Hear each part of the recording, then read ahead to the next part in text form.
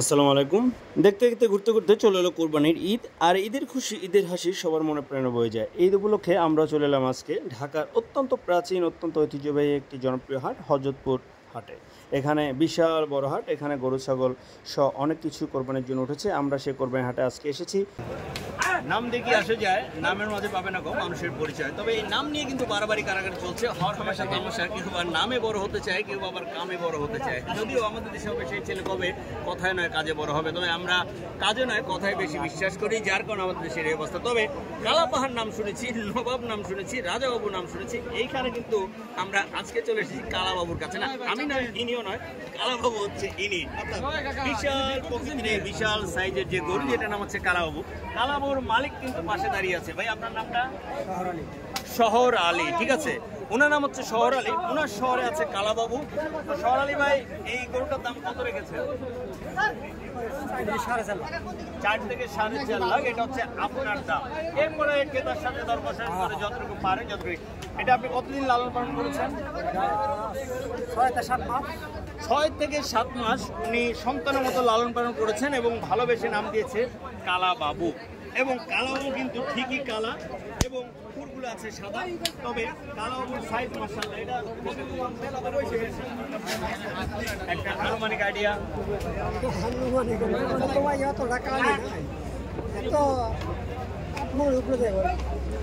প্রায় 10 থেকে 12 মনের মতো মাংস এখানে হবে। ঘুরতে ঘুরতে হাটের প্রান্তে চলে আসলাম রাজা বাহাদুরের কাছে। না, নাম শুনে হয়তো ভাবছেন রাজা বাহাদুর কে? রাজা হচ্ছে আমার এই যে ডানে, বাহাদুর হচ্ছে আমার বামে। দুই ভাই রাজা বাহাদুর। তো আমরা রাজা বাহাদুর যিনি নিয়ে আসছেন তার সাথে একটু কথা বলবো এই মুহূর্তে। এই যে রাজা বাহাদুর যিনি পালছেন, মানুষ করছে। রাজা বাহাদুর ভাইয়া কি নাম আপনার? জাকির ভাই। জাকির ভাইয়ের এই দুই সন্তান রাজা এবং বাহাদুর। জাকির ভাই নাম কত রেখেছেন? 7.5 লাখ রাজা, আর বাহাদুর? বাহাদুর হচ্ছে 6.5, রাজা হচ্ছে 7.5। এই 7.5 এবং 6.5 রাজা বাহাদুরদের নির্ধারিত মূল্য আমার জাকির ভাইয়ের। জাকির ভাই, আপনি কতদিন লালন পালন করেছেন? 4 বছর। 4 বছর নিজের সন্তানের মতো লালন পালন করেছেন। আমার মামাতে যে গরুটা দেখছেন সেই গরুটার নাম হচ্ছে কালামানিক। কালামানিক এই গরুটার নাম রেখেছে মাশাআল্লাহ। গরু দেখছেন পরিচর্যা চলছে। একটু আগে হাটে এই গরুটা এসেছে এবং এই গরুটাকে এখন গোসল করানো হচ্ছে। তারপরে সাজবে, মেকআপ করবে, রেডি হবে, তারপরে বেচার জন্য ঠিক হবে। মানুষের যখন মেকআপের দরকার হয়, মেকআপের দরকার আছে। গরু দেখছেন গোসল করা হচ্ছে। এখানে লাক্স সাবানের দরকার নেই, সার্ফ এক্সেলের দরকার নেই। ওনাদের সাবান হচ্ছে খড়কুটা। যত ঘষবেন ততই কিন্তু তৈলাক্ত হবে। গরুটা মাশাআল্লাহ দেখতে সুন্দর।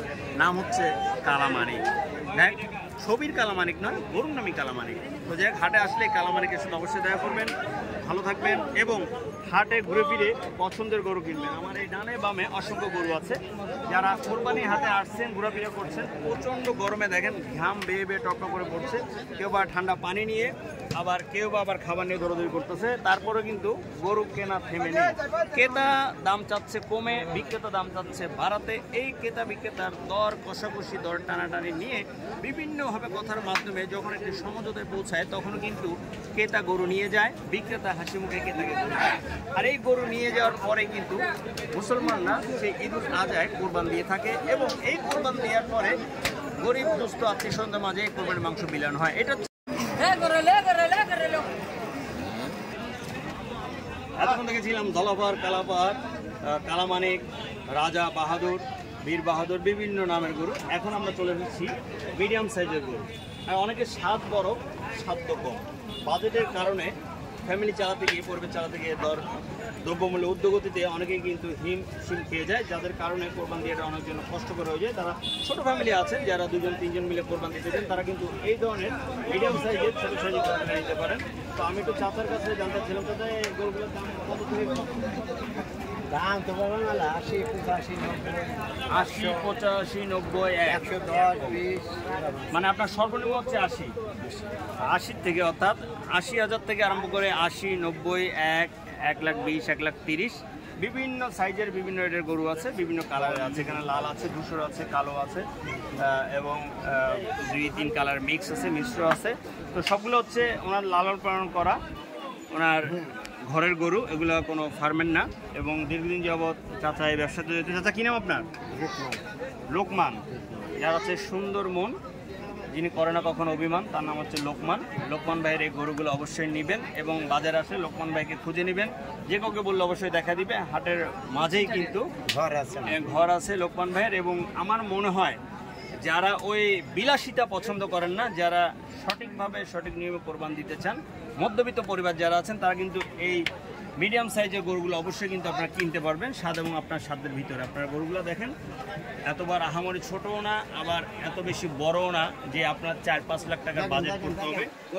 আপনারা লাখের ভিতরে এখান থেকে গরুগুলো পাবেন। আমার মনে হয় যাদের বাজেট লাখের থেকে কম কিংবা লাখের ভিতরে বা 2-এর ভিতরে, তারা কিন্তু এই রকমের গরুগুলো অবশ্যই নিলে আমার মনে হয় উপকার হবে। দাম জানতে চাচ্ছি। হ্যাঁ, এক একটার দামই জানতে চাচ্ছি। এটার প্রাইস কত?